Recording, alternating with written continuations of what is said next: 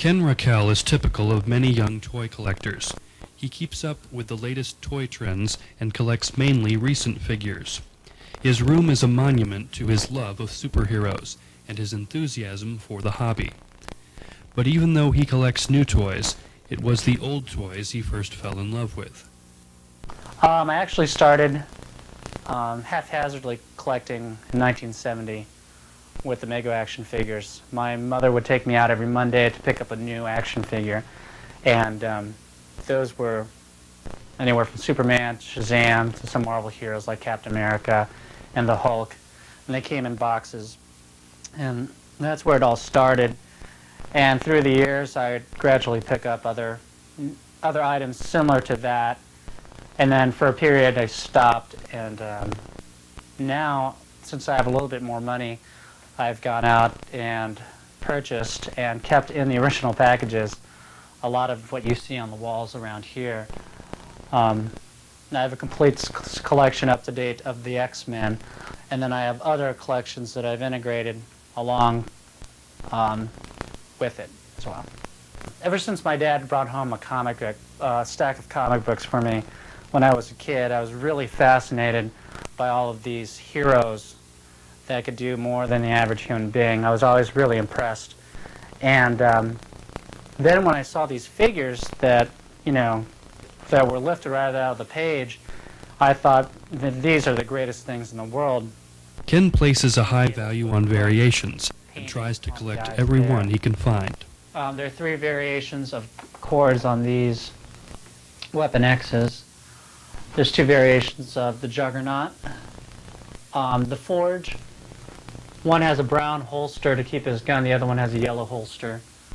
The initial release on the Rogue, the paint job everybody was waiting. To me, it almost seems like it's a complete set, and I have to keep it a complete set. If I hear about one slight variation on something, whether it's a slightly different color on them or there's a different accessory in it, I pretty much go out of my way to try to find it. And I think it's to me there's a self-reward in all of this, and there's also a thrill for me to be able to go out and go to a store and then seeing that one figure that you were looking for weeks, or just after hearing about it. I mean, there's a thrill in that. Why do I like superheroes? Because I've always wanted to be one.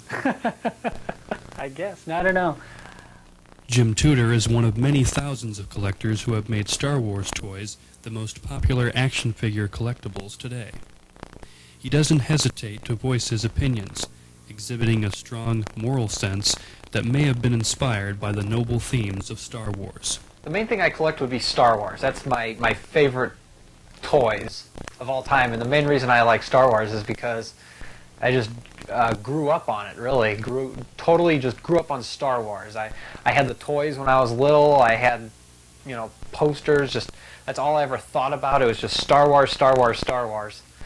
I have these vivid images as a young kid. Somebody, when I was probably like 2 or something, they put a poster in my room, one of those, painted collage movie posters of Star Wars, and I just remember staring at it and looking at it and thinking about it, and I didn't even know what it was, and my neighbors all came over, and they were a little bit older, and they would tell me, oh, that's Star Wars, and I don't know, it's fun. The nostalgia is just, a lot of the appeal of this is the nostalgia, and people pay big bucks for the nostalgia.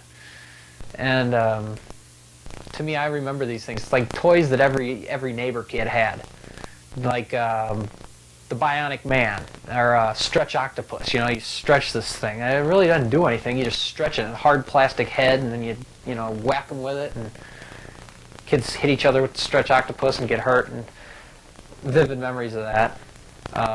Sucker Man, that thing you throw at the wall, and he's just all suction cups and just a generic green alien.